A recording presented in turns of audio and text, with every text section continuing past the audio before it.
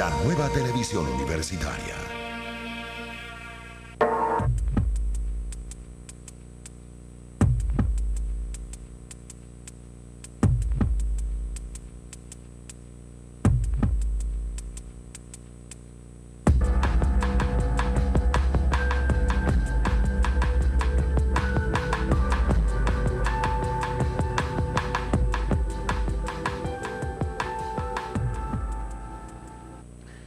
Hola, ¿cómo están? Muy buenas noches, bienvenidos a El Pentágono y quiero dar la más cordial bienvenida a Verónica Rocha. ¿Cómo te va? Bien, gracias, Mario. Buenas noches. Está Francesco Zarati, Gonzalo Mendieta. Mario. Y le doy la más cordial bienvenida a Raúl Velázquez, que él es economista, pero él es experto en hidrocarburos de la Fundación Jubileo. ¿Lo he dicho bien? ¿Cómo te va? Así es, ¿cómo estás, Mario? Sí. Buenas noches y buenas noches a todos. ¿Y por qué eres experto en hidrocarburos? No me considero experto, estoy muy lejos todavía de serlo, pero... Pero soy él nos ha analista. dicho, es un experto, nos va a Es escrito libros. Pero sabes bastante del tema. Sí, yo creo que... Y nos has traído un montón de revistas sobre esto. Alguna rato usted puede adquirir esto en cualquier parte de la propaganda. Sí. Están en Fundación Jubileo, son gratuitas y las pueden descargar ¿Ah, sí? también de la página web de la institución. Sí. Propuesta para una nueva ley de hidrocarburos, transparencia y acceso a información de hidrocarburos, deuda Reporte pública, de industrias extractivas. reporte de las industrias extractivas en Bolivia. Es Hay decir, más información acá que en la página de yacimientos. Te ¿sí? puede estar. bien, Hoy por hoy sí. miren, de mi experiencia, en realidad está escrito en chino. No entiendo nada, nunca entendí el asunto de hidrocarburos, así que voy a dejar a Verónica que maneje hoy día el programa. ¿Puedes hacerlo? Creo que sí. Vamos a ver qué hacer. Pero quiero, antes de iniciar el programa,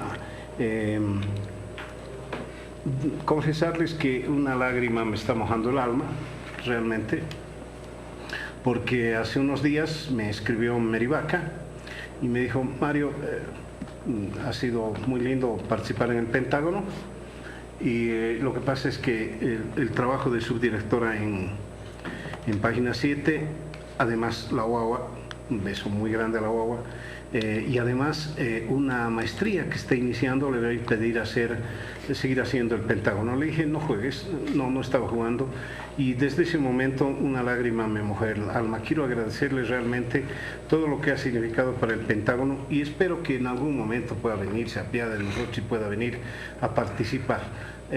Mary querida, realmente creo que estoy hablando a nombre de todos. Por favor, claro que sí. De decirle la mejor de las suertes en el trabajo que has venido desarrollando, en la maestría, con la guagua, etcétera, etcétera. Realmente te estamos llevando en el corazón. Gracias. Bien, hidrocarburos. Hace algunos días estaba reflexionando sobre el tema del mar. ¿Qué tendrá que ver el mar con hidrocarburos? Bueno, alguien nos ha dicho que tenemos un mar de gas, pero reflexionaba en la radio, en compañera, y decía: ¿cómo puede haber gente tan mezquina, que pueda utilizar un tema que es muy boliviano para atacar políticamente a quienes están atacando? Bien, ¿qué tiene que ver con el mar? Porque hay gente, créanme, hay gente que hace conejitos para que Bolivia se quede sin gas. Por lo menos hay que fregar a Evo Morales, hay que fregar al gobierno, y ojalá Boyuy no haga nada, y ojalá San Alberto se acabe, y ojalá que no encontremos ya nada, y ojalá que la multa de Petrobras la pague Evo Morales, etcétera, etcétera. Tengo la impresión, no sé, por ahí estoy muy acuerdo, pero desde mi punto de vista que eso es también muy mezquino, porque equivale a quemar la casa para pasar el invierno, y eso es ridículo. Es decir, yo sería el hombre más feliz de que Boyuy exista, que podamos sacar gas la cantidad que sea, que San Alberto no se agote nunca, creo que eso no es muy fácil, y que Petrobras deje de multarnos, o la Argentina, etcétera, etcétera. Pues la danza de la mezquindad en otro lado se mezcla con la danza de los millones en otro lado. Hoy día acaba el presidente de anunciar $13.000 millones, una cosa así, de convenio con la India para seguir explotando hidrocarburos. Bienvenidos, ojalá. Pero el presidente está diciendo: hay que construir un gasoducto hacia Hilo. El presidente ha dicho, además, está insistiendo que hay que llevar GNL gas natural licuado al Paraguay. Bueno, varias cosas, sigue la danza, la danza. Y entonces yo me llevo a preguntar, ¿seguimos siendo un país hidrocarburífero desde el punto de vista de las inversiones? Bien, hasta ahí llegué. Lo demás es respuesta de ustedes. ¿Qué dices de todo eso? Mucho he dicho, ¿no? Son varias cosas, sí, pero yo creo que ojalá el problema se limitara solamente a que Boyuy sea exitoso o a que encontremos un pozo nuevo de gas natural. Si la cosa se limitara solamente a algo como eso, creo que hasta podría ser más simple la solución, porque es cuestión de encontrar y estaríamos resueltos. Sin embargo, creo que el problema es mucho más complejo. ¿Por qué? Porque esta urgencia, desesperación casi por Boyuy, el resultado de 13 años en los que no ha habido exploración en los ritmos adecuados, ¿no? Por una parte. Por otra parte, que aunque tú encuentres gas hoy en día, si no tienes dónde venderlo, es como que produzcas salteñas, pues, ¿no es cierto? Puedes producir salteñas y de pronto si no tienes quien te compre tus salteñas, chao, al cuente tus salteñas y el costo y lo que has invertido para producir esas salteñas. Y además si el precio de la salteña está por los suelos. Ayer leía una noticia, Bloomberg, no sé si es cierta, Bloomberg decía que el precio del gas también estaba en franca caída. Así es, el precio del gas tiende a bajar. En el caso nuestro tenemos la gran ventaja de un contrato muy bien negociado en los 90s con el Brasil, que más bien permitió que nuestro precio esté indexado al petróleo. Entonces, claro, a medida que el precio del petróleo ha subido, hoy en día está en torno a los $60 el barril, resulta favorable para Bolivia. Sin embargo, si lo hubiésemos vinculado solamente al gas, por ejemplo, un precio de referencia, el Henry Hub, estaría en torno a los $2 el millón de BTUs. Entonces, estamos todavía siendo favorecidos, si se quiere, por un precio que está vinculado al precio del barril del petróleo, ¿no? ¿Y por qué nadie quiere salteñas?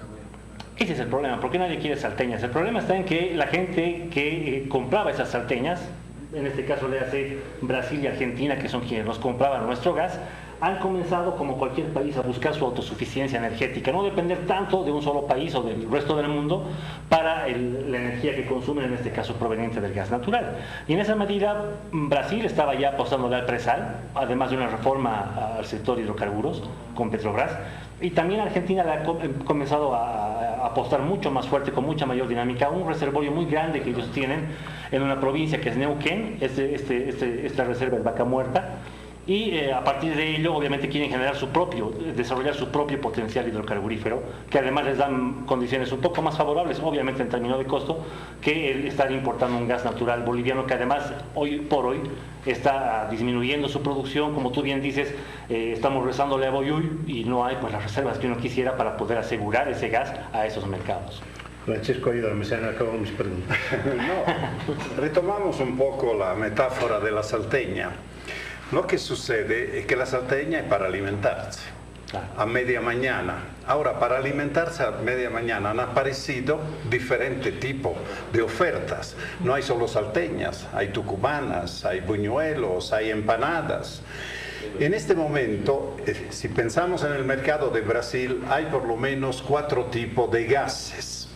Uno es el gas tradicional que se lleva por gasoducto, que viene de Bolivia. El otro es el gas de tierra que tiene también Brasil y que está incrementando su producción.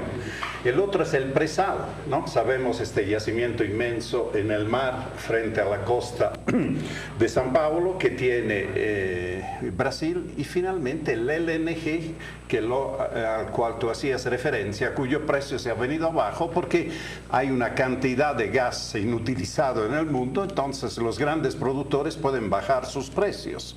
Y eso, Qatar y los países del Golfo pueden vender realmente a un precio similar. Entonces, hay un juego. ¿Por qué yo tengo que comprar salteña o tengo que comprar tucumanas? Depende un poco del precio, depende de lo rico que es, depende de la conveniencia. Si tengo la tienda de salteña cerca de mi casa, prefiero salteña, pero si tengo que ir a otro barrio a buscar tucumanas, tal vez no. Es lo que sucede.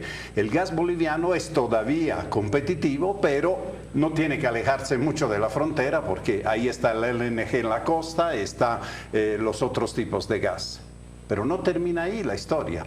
Para alimentarse han venido ahora ideas vegetarianas. Es decir, hay también gente que dice energías orgánicas, llamámoslo así. ¿Qué son las energías renovables? Entonces, Los que producían electricidad a partir antes, hace 30 años, del petróleo, del diésel, se pasaron al gas. Ahora se están pasando a las energías renovables, hidroeléctrica, solar, eólica, y esto hace que la tajada de la consumo energético, sobre todo de la generación eléctrica que corresponde a un país, va disminuyendo. Porque las energías renovables están de moda y además tienen beneficio de largo alcance mucho más que el gas. Este es un poco el drama. Decía muy bien Raúl, no basta tener gas, hay que tener mercados y hay que ser competitivos en estos mercados. Esto son malas noticias, porque si vamos a vender menos, si vamos a vender a un precio más bajo. Así mismo, si tú tienes ese mar de gas, por ejemplo, que hablas, hace falta que tengas un comprador que quiera ese mar de gas para que sea rentable, que tú te animes a invertir y puedas sacar ese mar de gas que tienes abajo. De lo contrario, termina siendo un mar de gas que está ahí, pero no tienes dónde venderlo. Entonces, eso hace que para cualquier inversor, obviamente, esa inversión no sea rentable, porque no tienes un mercado que te diga, voy a llevar este gas a la Argentina o al Brasil. De hecho, en febrero hemos renegociado una adenda con el contrato con la Argentina, que más bien tiene volúmenes hacia la baja. Estamos vendiéndole por 2 años, 2019-2020, menores volúmenes. ¿No? O sea, no solamente que no hemos conseguido nuevos mercados, sino que los que tenemos, como Argentina, estamos vendiendo en un volumen menor. Entonces, es un tema complejo. Sabes, Raúl, yo estoy recordando lo que hace muchos años, creo los años 90, ya eran los 2000, la Cámara de Hidrocarburos nos llevó a varios periodistas, unos 20 periodistas, al Brasil, a ver las plataformas, incluso la plataforma que se hundió, estuvimos allá. Y allí el señor Kiefer, que era el presidente de la Cámara de Hidrocarburos, nos dijo, señores periodistas, esto es muy claro, esto es muy simple. Nos toca un centavo de nuestras ganancias, nosotros agarramos nuestros cositas y nos vamos. Bueno, no solo les han tocado el centavo, le han tocado bastante más adentro, creo, a las petroleras y nadie se ha ido. Todos están chochos de la vida acá. ¿Por qué tengo la impresión que ahorita están blefeando también? Decir, precios, no. ¿Por qué? ¿Por qué no estarían blefeando? Las compañías petroleras son unas pícaras, y lo grave de Yacimientos es que es un gigante con una cabecita de este tamaño. Así es, claro. Uno recuerda el 2006 cuando se renegociaron los contratos y se pasó a la figura de contratos de operación. Si la gente recuerda, el 1 de mayo del 2006 salió este decreto supremo, el 28701, que lo llamaron de nacionalización, y que les obligaba a las empresas a firmar nuevos contratos, ¿no? Y en octubre de ese año tenían que firmar nuevos contratos. Y en ese momento, claro, la gente decía, se van a ir las empresas, ¿no? El sector va a morir, había todo un drama ahí. Y lo cierto es que ninguna se fue, como tú bien dices. ¿Y por qué no se fueron? Porque tenían inversiones ya realizadas en Bolivia que no habían terminado de recuperar. Por más de que sabíamos que tiempo atrás se llevaban una tajada más grande que la que se llevan hoy en día, lo cierto es que habían inversiones que no se habían terminado de recuperar, por una parte. Por otra parte, yo alguna vez comentaba con alguna empresa petrolera, y ellos me decían, es más difícil para nosotros volver a entrar en un país que el aguantar las condiciones adversas que puedan venir en el corto o mediano plazo. Entonces, para ellos es más costoso a veces retirarse por completo y decir, me voy, ¿no es cierto?, y devuélvame mi inversión, que el tratar de aguantar lo más que se pueda y sobre todo querer recuperar su inversión. De hecho, muchas lo siguen haciendo a través de la figura de costos recuperables que está incorporada dentro del pago que reciben cada mes, la retribución del titular, y ellas van recuperando esa inversión que han hecho mucho tiempo atrás. Por otra parte, los mismos contratos tienen, y ahí yo creo que saltamos un poco también al tema de transparencia e información en el sector. El anexo G de los contratos de operación que se firmó en ese momento reconocía inversiones y reconocía depreciaciones de esas inversiones. Sin embargo, después ha habido una suerte de modificación a esos datos. Se han encargado de auditorías que nunca se han publicado, Mario, para ver realmente cuánto habían invertido las empresas y cuánto se les iba a tener que devolver por costos recuperables. Entonces, si bien en un principio había una idea clara del contrato de operación y cómo debería funcionar, con el tiempo se ha ido diluyéndose completamente hasta llegar al punto en el que estamos hoy en día. Yo añadiría un elemento que no has mencionado, que no se fueron también porque inmediatamente que entró el gobierno del MAS, los precios empezaron a subir. Los volúmenes del contrato, especialmente a Brasil y el nuevo de Argentina, empezaron a aumentar, de manera que si el porcentaje había disminuido, pero el volumen era tan grande que podían tener todavía ganancia en la antenida. el elemento, el factor que hace entender si convenía o no convenía que ninguna ha venido de afuera. No. Cuando se dice que Gazprom ha venido, ¿a qué ha venido Gazprom? Se ha comprado unas acciones, ¿no?, de titular del campo Incahuasi junto con Total. Es decir, ha puesto dinero en Total, que después Total ha utilizado para desarrollar el campo, está bien, pero invertir directamente ellos no. Cuando fue el Mundial de Fútbol, ¿te acuerdas? Firmaron, no son convenios, son cartas de intenciones. El ministro Sánchez ha firmado cientos. Yo siempre digo, si por cada carta de intención hubiesen descubierto 1 millón de metros cúbicos, seríamos el país más rico en gas del mundo. Es decir, se puede firmar una carta de intenciones y finalmente no pasa nada, no hay penalidades, no hay que hacer ratificar y nada. Entonces, lo que se firmó en Moscú ha quedado todavía en el limbo, ni siquiera algunos contratos que se avanzaron han sido ratificados en el Congreso. Y Gazprom no lo hace. ¿Qué quiero decir eso? Que los que estaban se aguantaron, pero vieron que podían ganar, no tenían obligaciones de invertir. Las obligaciones de invertir fueron como consecuencia de la ley de incentivos. Una ley de incentivo que hace una cosa ideológicamente herética.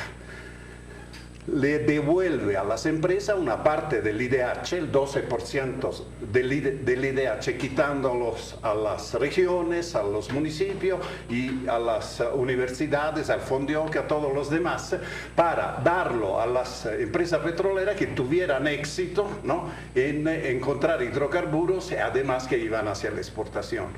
Esto va en contra de los principios que el 50% era intocable, era realmente algo que no se podía ni siquiera poner en discusión. Es que también la desesperación, ¿no?, vuelve a uno hereje, ¿no? Bueno, antes de seguir con el abogado Mendieta, le voy a pedir a Verónica, por favor, que nos deje hablar un poquito acá para toda la charla. Quiero comentar un par de cosas. Obviamente estos temas, bueno, primero he estado dando vuelta en el día sobre el tema y claro, yo tengo la sensación de que es un tema demasiado especializado. Es una suerte contar con Francesco, con Raúl, porque obviamente tengo la sensación y no creo estar equivocada en que en el país hablamos muy poco de hidrocarburos y menos de lo que deberíamos. Yo creo que cualquier boliviano o boliviana, cuando le hacen la pregunta de un extranjero, le hace la pregunta de ¿en qué se basa la economía de tu país? Es así como respondes: hidrocarburos y minería, porque lo sabemos, y después nos olvidamos del tema porque es un tema muy especializado. Entonces voy a tratar de concluir con un par de preguntas para que quienes trabajan el tema nos ayuden a entender esto de forma más pedagógica. Pero quiero también poner sobre la mesa un tema que, bueno, vemos como en un nivel especializado nos empiezan a contar todo lo que ha pasado estos años en el tema hidrocarburífero. Y claro, por el ejemplo que señalaba ahorita, es un tema fundamental para el país, pero también es un tema fundamental para este gobierno.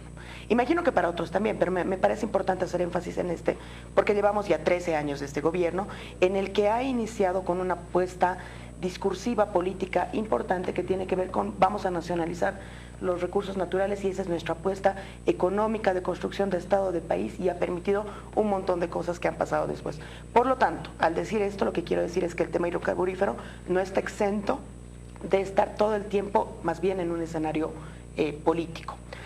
Y a ello he recuperado dos cosas que han dicho Francesco y Raúl, que quisiera que un poco nos ayuden a dar un panorama de dos elementos que tienen que ver con el sector hidrocarburífero. El primero es que señalaba Raúl que no basta con tener gas, hay que tener mercados.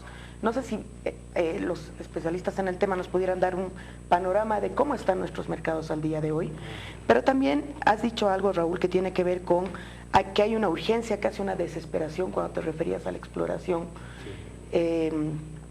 hidrocarburífera. Yo he escuchado esto en sectores de la oposición, pero más allá de eso, quiero tratar de entender también cómo está este panorama realmente, porque lo que sí coincido, y me llama mucho la atención ver esto de Fundación Jubileo, me lo voy a llevar con alegría, porque coincido en que falta mucha información sobre el tema. Una, para venir acá, lo primero que hace es buscar, tratar de leer, pero de ahí de salir de las notas es muy difícil tener los datos. Yo sé que ustedes, porque trabajan en el tema, los tienen de una u otra forma, y no sé si nos pudieran pintar estos dos escenarios, tanto de nuestros mercados como de nuestra exploración. al día de hoy para saber un poco los bolivianos y las bolivianas qué tan preocupados u optimistas debemos estar al respecto. Yo veo primero algunos problemas de la política que es inevitable, necesite de consignas, pero las consignas terminan aprisionándote. Yo recuerdo que el 2006 el semanario Pulso sacó un reportaje sobre los abogados que negociaron con el Brasil la renegociación de contratos con Petrobras. El bufete Curtis Malé Prevost, que es el bufete que defiende a PDVSA en sus litigios internacionales, un bufete neoyorquino de primer orden, expertos. Pero el solo hecho de traerlos a ellos medio de escondida, sabe que la factura de ese servicio la pagó PDVSA, muestra, digamos, también que los recursos humanos nacionales por ahí no son suficientes para el tipo de negociaciones de esa naturaleza que teníamos que enfrentar. Un segundo efecto de lo que no se puede hablar es esto del uso de eufemismos, ¿no? Los costos recuperables, la ley de incentivos. O sea, en el fondo lo que estás diciendo es: te voy a modificar la cuota tributaria. Eso estás diciendo. Pero como no lo puedes decir porque sería una herejía, entonces tienes que comenzar a usar eufemismos para enfrentar una política que debería, en el mejor de los casos, oscilar. En los tiempos en los que se hizo la nacionalización, en el 2006, la tendencia mundial era de mover la cuota tributaria a favor de los estados. Uno de los problemas, yo creo, de esa negociación fue los pozos chicos, los campos chicos, que es que los inhabilitaste porque les pusiste la misma cuota. Otra vez, la inflexibilidad de ponerse una coraza que, probablemente expresándolo en términos más sencillos, hoy nos toca ganar más que las petroleras, pero quizás mañana haya que darles un pedazo adicional para que inviertan.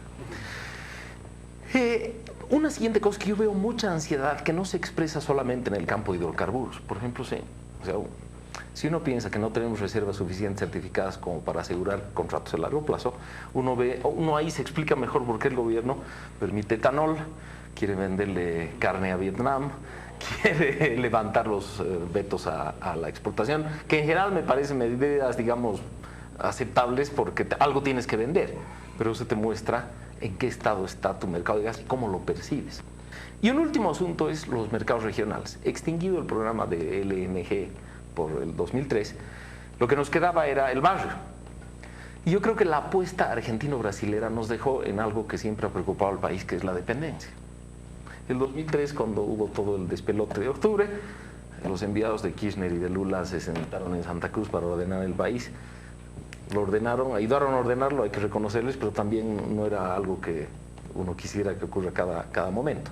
Y hoy vemos que el país está atento a lo que pasa con Bolsonaro y atento, digamos, la renegociación de la adenda es un modo de satisfacer los desacuerdos que teníamos con Argentina. Entonces, yo veo que nuestra situación negociadora es muy precaria. ¿Qué ha tratado de hacer el gobierno en esa línea? Paraguay, a pesar de ser el presidente paraguayo uno de los que ha ido a celebrar a Guaidó, no ha habido problema. Pero ¿cuánto le podemos vender al Paraguay? Yo creo que es una pregunta relevante. El sur del Perú, las negociaciones con Adubiri, la visita del ministro de Energía peruano a Santa Cruz, pero otra vez, ¿de qué volúmenes estamos hablando? Y yo no sé si he visto el anuncio de algo que podría venir, que es el comentario del presidente sobre la venta de litio a Chile, porque para nadie es extraño que un país deficitario en materia energética es Chile, pero otra vez ahí asaltan las sombras. Entonces, a mí me preocupa porque, digamos, la mirada estratégica, más allá de la política, es: ¿vamos a vivir de esto? Y si vamos a vivir de esto, ¿qué es lo realista, tanto en la negociación, para tratar de hablar saliéndonos un poco de los corsets de la política, ¿no? De que no se pueden mencionar algunas palabras, sino tratar de hacer un debate que trascienda esto de que nos agarramos a tiros por las palabras. Creo que deberíamos enfrentar algo de la sustancia, y eso tiene que ver con cuál es la medida real de la cuota tributaria hoy y cuáles son los mercados que podríamos abordar de un modo realista, más allá de las cartas de intenciones. Sí, yo creo que, como bien Verónica decía, siempre hay mucho choque con lo político, ¿no? Claro, porque lo político ha sido utilizado como argumento muy fuerte, además, tiempo atrás, como tú bien dices, desde el 2003, con mayor fuerza el 2006. En julio del 2006, el gobierno presentó su Plan Nacional de Desarrollo. Ese Plan Nacional de Desarrollo del 2006 establecía 3 sectores estratégicos generadores de excedente: minería, electricidad e hidrocarburos. Iban a generar excedente económico para 2 cosas: ayudar a que el gobierno mejore las condiciones de vida de población vulnerable a través de bonos, posiblemente, que es lo que ha hecho, redistribución. Y por otra parte, a la dinamización y al desarrollo de sectores económicos más bien alternativos, generadores de valor agregado y de empleo, obviamente. Entonces, lo que ha pasado en el tiempo, ha ido transcurriendo en el tiempo a raíz de este boom de precios que bien mencionaba Francesco, lo que ha ocurrido es que hemos ahondado nuestra dependencia del sector hidrocarburos. No hemos usado esa plata para diversificar la economía. Y eso no solamente toca al gobierno central, al MAS, toca también a los departamentos, toca también a los municipios. ¿Qué han hecho los gobernadores que han recibido regalía? ¿Qué han hecho los alcaldes que han recibido el IDH? Y por último también, ¿qué ha hecho la gente?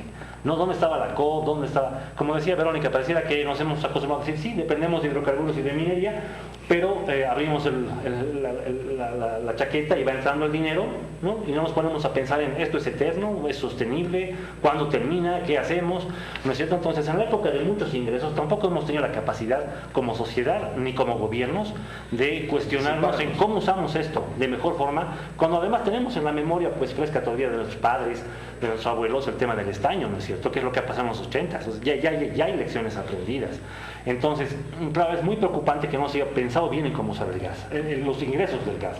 Por otra parte, si hablamos de política hidrocarburífera, que es algo que también preguntaba alguien en el Twitter, veía yo, si ha habido política hidrocarburífera, quizás en un principio, ¿no? Una política orientada más que todo a que el Estado tenga rol protagónico en la actividad hidrocarburífera, pero de forma muy incipiente, yo creo, porque no se ha llegado a traducir en una ley. No, la ley de hidrocarburos vigente es la 3058, aprobada el 17 de mayo del 2005, un año antes de que entre Evo Morales, por Armando Bacadíes. Y esa ley sigue vigente, a pesar de que en muchos puntos está en contradicción con la Constitución. Entonces, la Constitución trata también de profundizar un poco esta política del decreto de nacionalización, de que el Estado es el dueño del sector y es el que conduce las actividades del sector, pero sigue siendo una ley que lo acompaña. Entonces, lo que ha venido haciendo el Poder Ejecutivo a través del Ministerio es sacar resoluciones ministeriales, decretos supremos, que van parchando un poco los problemas, pero no atacan el problema de fondo. Entonces, no hay una nueva ley de hidrocarburos que te establezca una política a largo plazo, ¿no? Eso está muy en función de las autoridades de turno, ¿no? Ahora, con el tema de los mercados, es algo que se viene criticando hace mucho tiempo. Varios analistas, Francesco, entre otros, se lo ha venido advirtiendo. No era solamente ver un árbol y luego otro árbol, sino que tienes que poder ver todo el bosque y gestionarlo de forma integral. No sirve que tú consigas mercado en el Paraguay si no has avanzado también en el tema del transporte para tener, ¿no es cierto?, cómo llegar a ese mercado. El Paraguay y el Uruguay sumados equivalen a nuestro mercado interno, ¿no? O sea, no son mercados enormes, ¿no? Sino que sumados Paraguay y Uruguay son equivalentes al mercado interno. Entonces, el problema está en que no hemos podido hacer la tarea, si se quiere, a tiempo, y hay muchos pendientes que se van acumulando y llegas a un punto como este en el que la producción cae, ¿no? Como dato, el año 2015 producíamos... Permíteme, por favor, producción me está pidiendo que vayamos a un corte. Luego de los mensajes hablaremos de esas tareas. Perfecto. Y además de esta propuesta de una nueva ley de hidrocarburos. Espérenos nada más un par de minutitos y enseguida volvemos.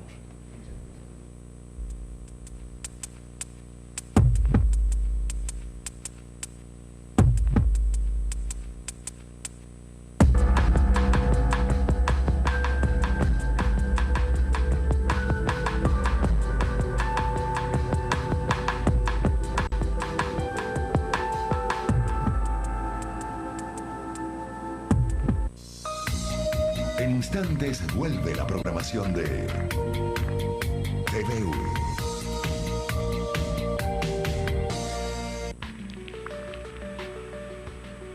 Memoria selectiva para recordar lo bueno, prudencia lógica para no arruinar el presente y optimismo desafiante para encarar el futuro.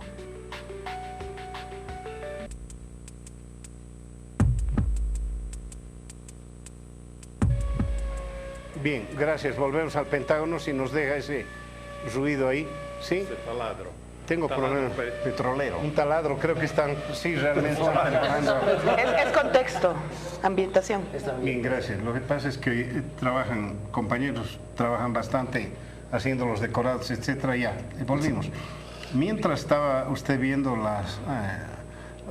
los anuncios, etcétera, aquí he sido duramente criticado porque es muy dispersa la conducción, sí, lo reconozco. Así que vamos a ordenar, de acuerdo al debate, poquito. quieren hablar de qué va a pasar, qué viene. ¿Tenemos? ¿Cuánto tenemos? ¿Qué podemos esperar de Brasil, de la Argentina? ¿Nuevos contratos? ¿Hay nuevas perforaciones? Varias cosas. Así ordeno un poquito el debate. ¿Qué esperas hacia el futuro del gas? Que es lo principal que tenemos, ¿no? Lo que se avisora es un escenario complejo. Por una parte, Bolivia tiene un enorme potencial hidrocarburífero, lo tiene, pero ahí hay que distinguir entre potencial y reservas. Potencial es lo que tú crees que tienes en el subsuelo a través de diferentes estudios superficiales, si tú quieres, ¿no? Pero las reservas es lo que tú sabes que tienes con cierta probabilidad de error. Por ejemplo, las reservas probadas son reservas que tú sabes con un 90% de probabilidad de que están en ese lugar. ¿Y eso cuánto tenemos? Cerca de 10,7 TCFs de acuerdo a la última certificación Son probables. del ¿Y 2017. las posibles cuántos son? Las posibles, si mal no recuerdo, están en torno a 2 TCFs. 2. Pero no son certificadas, esa No, es está la bien. palabra mal usada, son evaluadas, Son evaluadas. por las empresas. ¿Y cuánto será nuestra esperanza? Creo que eso es imposible. O sea, para que tú determinar. veas, las reservas que son más certeras de que realmente se tienen son las probadas. Esas son 10,7. Lo que Bolivia está consumiendo cada año de sus reservas, entre lo que va al mercado interno, más lo que va al Brasil y a la Argentina, es 0,8 TCFs aproximadamente. O sea, sin descubrir nada, ¿cuánto tendríamos para 14 años, más o menos? Aproximadamente 12 años. 12 años. Sí. Y de ahí, Y de ahí se terminaría, ¿no? Obviamente no debería llegar a esa situación porque se supone que en el interín vas haciendo actividad exploratoria que te permite reponer sí, esas en el reservas. interín 13 años, no sé. No ha habido eso. ¿Ha habido algún descubrimiento importante? El único es Incahuasi, es el único campo nuevo, pero que ha empezado a ser explorado en el 2003 y ha empezado a producir en agosto del 2016. Entonces han pasado 13 años desde que se ha empezado a explorar hasta que ese campo ha entrado en producción. ¿Es un proceso de maduración normal ese? O sea, ¿habría que esperar eso o es más breve usualmente? Se podría reducir significativamente esos tiempos, siempre y cuando también tengas, obviamente, los instrumentos adecuados y el marco legal, Y el si tú dinero. quieres, adecuado. Sí, pero como las petroleras tienen dinero, el tema está en que si tú les das un marco legal coherente, sólido, ¿no es cierto? No una ley desfasada de tu constitución, por ejemplo, obviamente las empresas invierten. Si tú les das mercado, por ejemplo, invierten. Hace un momento nos preguntabas, Verónica, el tema de los mercados. Estamos renegociando actualmente, bueno, en julio termina formalmente nuestro principal contrato, que es con el Brasil. ¿No es cierto? Termina después de 20 años que hemos tenido el contrato. Después de que termine en julio, hay 12 meses adicionales para entregarle a Brasil el gas que nos ha pagado por adelantado, si tú quieres, y que no que no lo ha retirado en ese momento. Y después hay un periodo adicional extra que no está definido en el contrato para conciliar volúmenes, ¿no? Entonces podría alargarse, si tú quieres, ese contrato, pero con volúmenes mucho más pequeños en un tiempo de conciliación solamente. Entonces es un escenario incierto. Si tú no le das mercado a una empresa, es muy difícil que tú puedas invertir en exploración, aunque tengas el dinero o incluso aunque haya una ley. Pero el tema del mercado es muy importante y de las condiciones para que tú llegues a ese mercado también lo son. ¿Se podrá repetir el contrato de los 90? Muy difícil, casi imposible, porque en los 90 se ha dado este contrato bajo un contexto internacional. Para empezar, no habían las tucumanas que hacía referencia a Francesco, no había los buñuelos, es decir, no habían los otros tipos de gas que tengan una presencia tan importante en nuestros principales mercados como el que tienen ahora, por una parte. Por otra parte, no había un precio de referencia para el gas tan marcado como los que sí encuentras ahora, por eso es que nuestro precio estaba vinculado al petróleo. El dueño del negocio en Brasil era 100% Petrobras, ¿no? Cosa que ahora está cambiando, se está privatizando la actividad en Brasil y Petrobras va perdiendo cada vez más terreno en el sector hidrocarburos en Brasil. Entonces, lo que nos enfrentamos es a negociar un nuevo contrato con diferentes compradores, ya no solamente Petrobras. ¿Eso nos perjudica o nos beneficia? Claro, porque vas a tener que llegar a un acuerdo con cada uno. Es como que tú te pongas de acuerdo ahorita con nosotros cuatro, no vas a llegar a un acuerdo en común. Pero solo para ponerle contexto a mi pregunta, uno podría ser el costo, digamos, de administración, o sea, los costos de transacción de negociar varias veces. Sí. Pero lo que más me preocuparía es si eso supone una asimetría de poder en la negociación. Totalmente, ¿no? Porque además lo ideal, lo recomendable era que Bolivia llegue a este punto con un tercer mercado idealmente asegurado. Sin embargo, tienes tu segundo mercado es Argentina, con el que has negociado a la baja. Entonces, obviamente, con Brasil prácticamente tienes que ir a rogar porque te firmen contratos, por una parte. Por otra parte, son condiciones distintas. Por ejemplo, Petrobras te comprará, han dicho ya, de hecho, el año pasado, que estarían interesados en la mitad. La otra mitad hay que negociarla con privados. Cada privado te dirá, yo para mi termoeléctrica necesito 5 millones de pies cúbicos día. El otro te dirá, yo para esta industria necesito solamente 2. el otro te diría yo solamente 1, ¿no? Pero él va a necesitar por 2 años, él por 3, son tiempos distintos. Eso se traduce en que las regalías que tú vas a recibir por eso también ya no tienen un horizonte de 20 años como el que tenía. ¿Y ahí no hay una fórmula de precio? No. No, se va a tener que renegociar seguramente con cada uno un precio, sí. El problema es que no tenemos en este momento ni un contrato, excepto el de Petrobras. Lo único seguro de Brasil después de julio, de fin de año, eso puede moverse, son los 15 millones que Petrobras ha aceptado, va a demandar. Lo demás no se puede firmar ningún contrato porque los distribuidores en Brasil primero tienen que asegurar capacidad de transporte del gas boliviano y esto se va a licitar recién en octubre. Por eso el ministro de Hidrocarburos sigue firmando acuerdos de intenciones. Es decir, ahí está la intención. Si ese distribuidor, por ejemplo, que distribuye en Cuiabá o distribuye en Campo Grande, gana un volumen de transporte, un flujo de transporte en el gasoducto, entonces le comprará. Pero si gana otro que va a comprar de presal o va a comprar de otro, nos quedamos sin nada. Yo quisiera decir que todo esto yo lo he resumido en un artículo diciendo que esto es un cambio de época. Yacimientos y el ministerio pensaban que estaban sucediendo algunos cambios, que había que adecuarse a los cambios. No han entendido que realmente es un cambio de época, es otra manera. Cuando antes se hacían los contratos con referencia al petróleo era porque el gas reemplazaba hidrocarburos líquidos en la termoeléctrica. En lugar de diésel metías gas. Entonces tenías que comparar el diésel con el gas. Esto era. De ahí viene la fórmula ligada al petróleo. Pero ahora el gas compite, como decía antes, con otros gases. La salteña, con la empanada, ¿no? Y con el sándwich de palta también. Y eso es lo que está complicando el mercado. Todo esto, desde el 2006, varios analistas lo hemos dicho, pero es muy difícil hacer entender a la gente qué significa a largo plazo.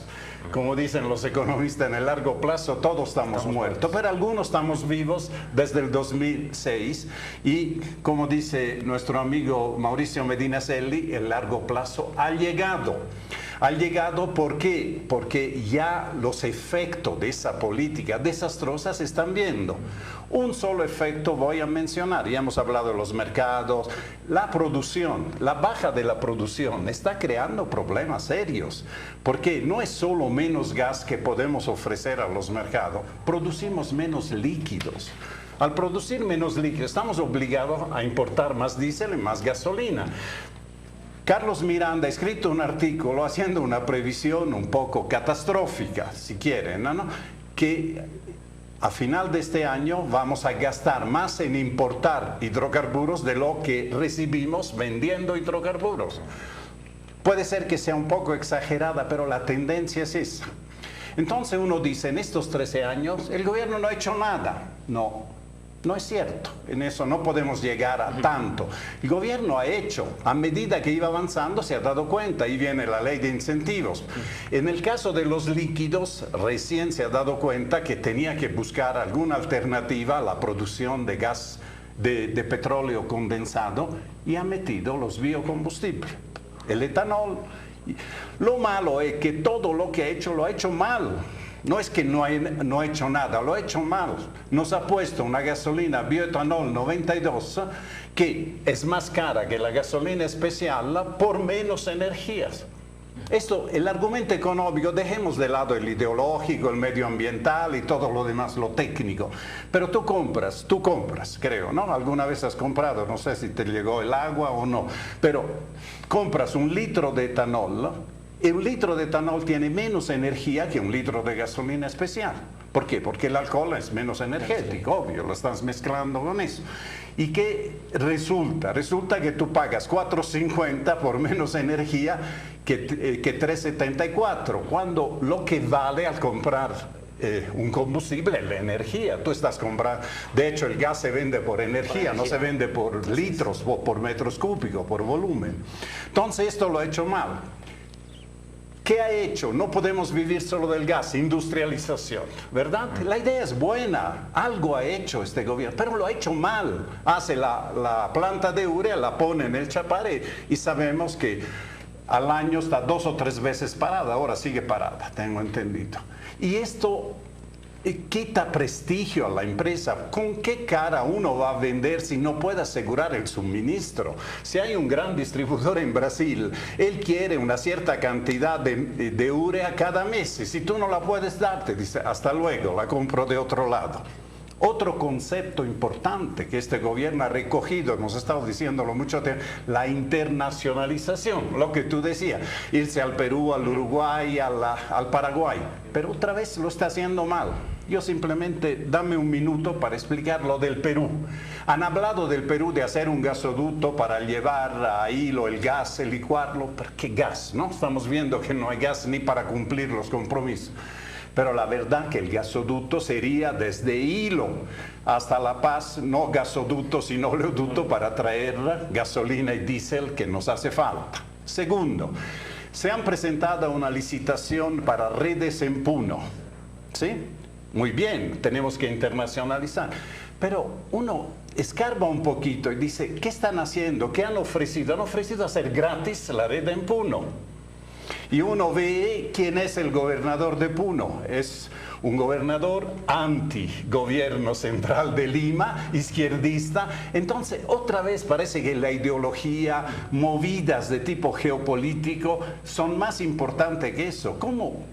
Ahora, podría ayudar, ¿no? Podría ayudar. Eso pero, tampoco... ¿acaso no necesitamos en el país hacer redes? Estamos cubiertos totalmente que vamos a regalar dinero. Es decir, parecería que para fomentar, por razones geopolíticas, la fricción entre los departamentos fronterizos con Bolivia y Lima, vamos a ofrecer. Y sale el gobernador diciendo qué maravilla, el yacimiento hace esto, y lo de Lima, obviamente, lo ponen entre la espada y la porque dicen sí. Francesco, ya le hice la pregunta a Raúl, te la hago a ti. ¿Qué me garantiza que las empresas, en su tradición más dura capitalista, no nos están blefeando?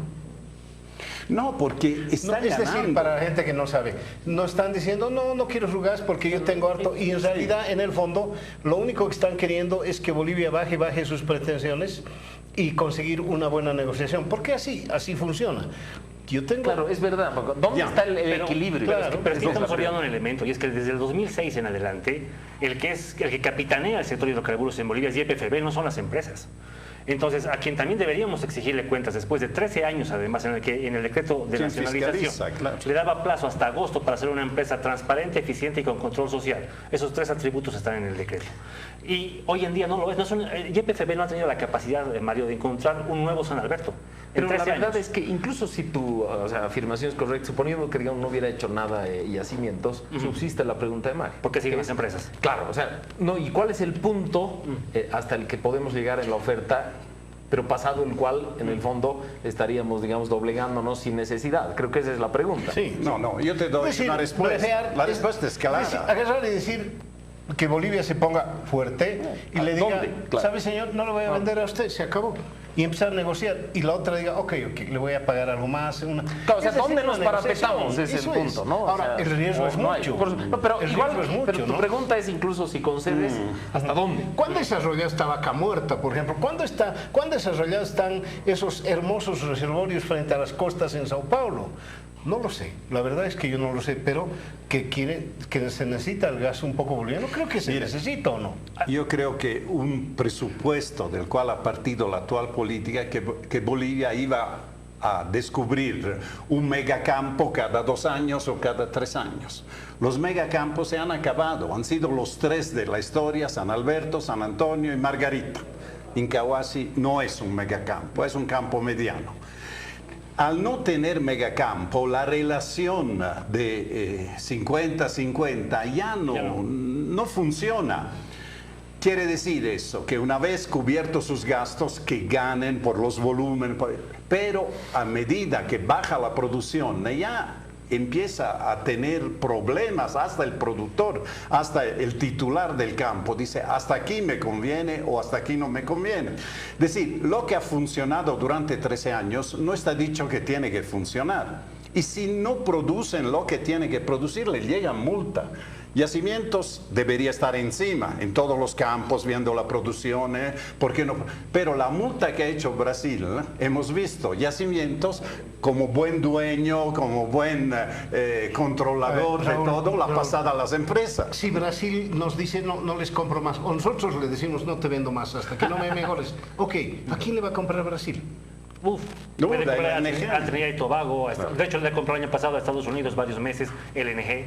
Claro, y A a Estados barcos, Unidos, ¿no? que antes era Barcos. importador, ahora O es sea, exportador. a ver, Raúl, pero no Puedes- son tucumanas, no son salteñas, No. es gas que necesitas mucha inversión. Pero es no que eres con el barcos único ahora Pero que no eres el tienes, único. Con barcos Mario. ya ese comercio no es tan difícil como era antes, ¿no? No, O sea, lo que ustedes me están diciendo es que cerremos y el último No, apague no, no, no, de no. yacimientos. Te lo digo en No. una palabra. Nosotros necesitamos más de Argentina y Brasil de lo que Brasil y Argentina necesitan de nosotros. Hoy Este en es día, hoy. Este es un Antes punto no de era así. partida. que antes no era así. No, antes no. O sea, hay una sobreoferta de gas. Ay, Claro, es lo que a has nivel leído mundial tú de sí, claro, Bloomberg, claro, ¿o existe. no? O existe. sea, la gente está viendo a quién le vende. Claro, y a quién compra, obviamente. Lo que pasa es que Estados Unidos ha cambiado significativamente, Mario, el tablero a nivel mundial. Bueno, más que Estados Unidos, en realidad es Shell Gas. Es lo que ha cambiado radicalmente el tablero a nivel mundial. Vaca Muerta, ¿por qué hoy en día es tan importante? Porque es el segundo reservorio más importante en el tema del Shell Gas. El fracking. Entonces, muy importante. ¿Cuánto va a producir, decías tú? Hasta fin de año se prevé que llegue a los 100 millones de metros cúbicos día. ¿Cuánto está produciendo Bolivia hoy? 46 millones de metros cúbicos día. ¿Cuánto hemos producido? El pico en el 2015, 60 millones de metros cúbicos día. Hemos caído un 20% en nuestra producción. Ahora, si tú te fijas, hay un dato interesante. La estrategia boliviana de hidrocarburos, presentada por Carlos Villegas en 2008, preveía que para este año deberíamos estar produciendo 83 millones de metros cúbicos día. Cuando se dieron cuenta que estábamos muy lejos de la meta, el 2016 han reformulado ese plan. Y el ministerio presentó, el actual ministro, el plan 2016-2020. Ahí este plan, el ministro decía que para el 2019 deberíamos producir 73,9 millones de metros cúbicos día, 73. Y estamos produciendo 46. Entonces, si te fijas, o estamos planificando tremendamente mal, o estamos gestionando el sector tremendamente mal. Pero obviamente las cosas no están bien y son O las datos... dos cosas. O las dos cosas, que sería lo peor, sí. ¿Qué hacemos?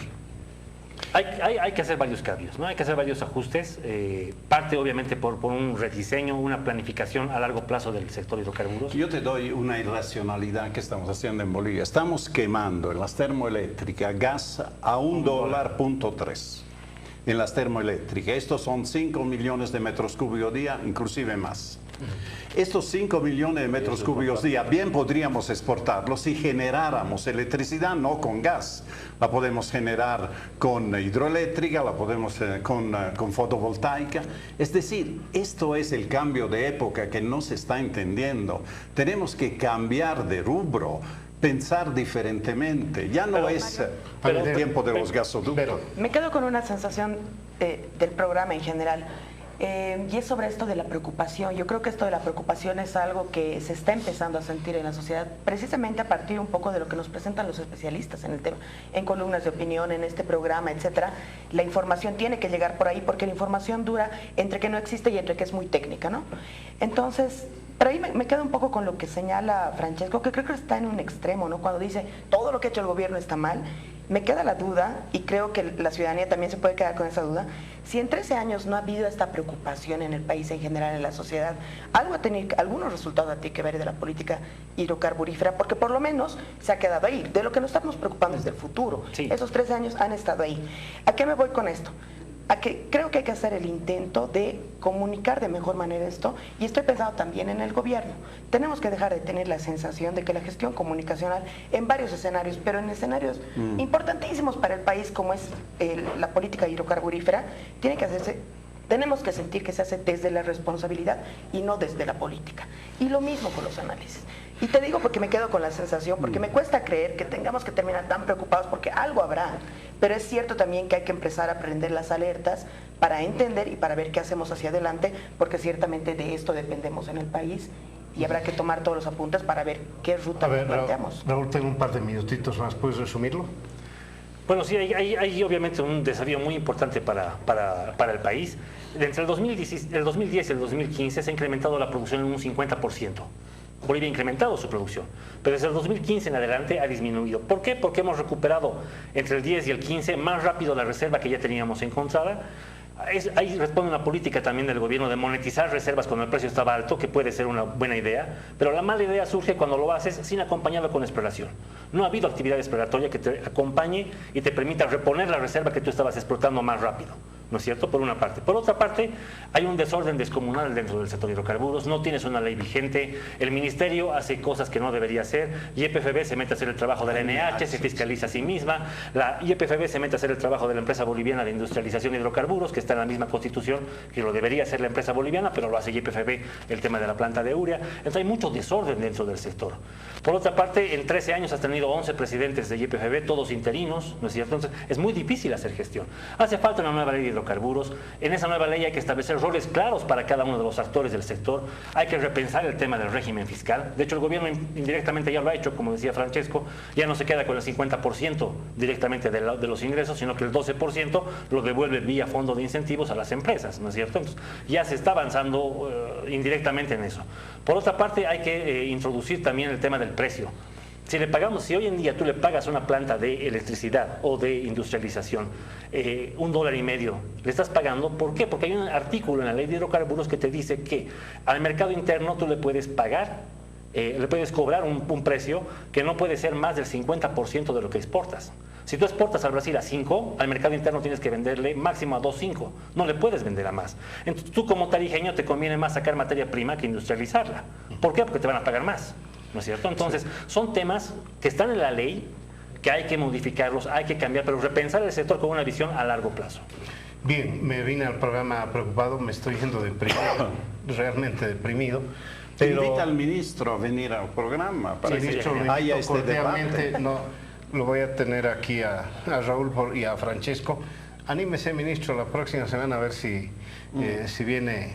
En todo caso, a quien confío que va a estar en el programa el siguiente domingo son ustedes. Así que le agradezco mucho. Raúl, gracias por haber venido. Un millón de gracias a ustedes. Gracias. Gonzalo, Francesco, estamos. a Adrián Álvarez en la producción y a ustedes por habernos seguido. Hasta el próximo domingo.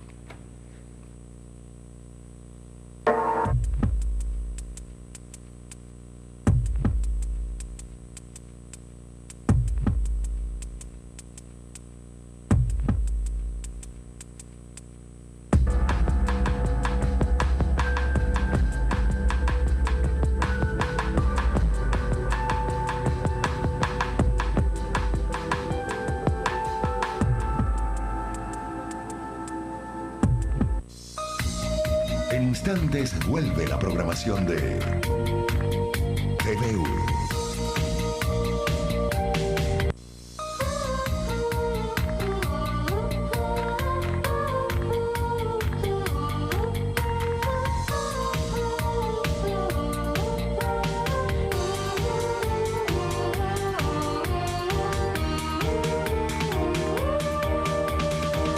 La nueva televisión universitaria.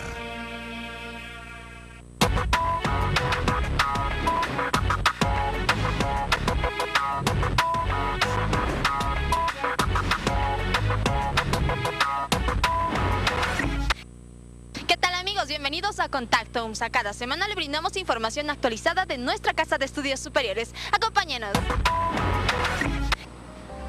El Centro de Estudiantes de la carrera de Historia realizó una guía universitaria informativa para alumnos de esta unidad.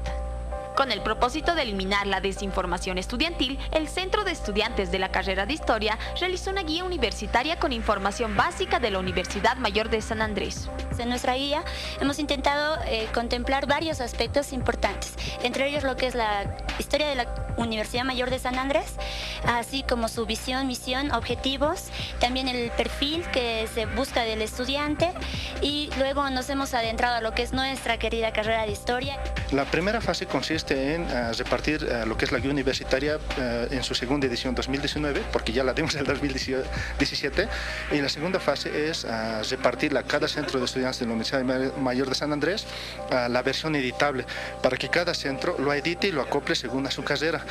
Estamos bastante felices con este pequeño recibimiento.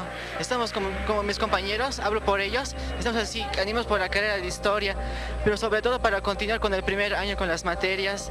Es una información buena, agradable, espero que nos sea de mucha utilidad y vamos a tratar de aprovecharlo a lo máximo, ¿no? Docentes de la carrera de arquitectura actualizaron sus conocimientos en el Workshop Internacional Arquitectura de la Ciudad Moderna. Durante 2 semanas, los profesionales abordaron problemáticas urbanas, tomando como caso de estudio un espacio del Prado de la ciudad de La Paz a fin de elaborar propuestas para el sector.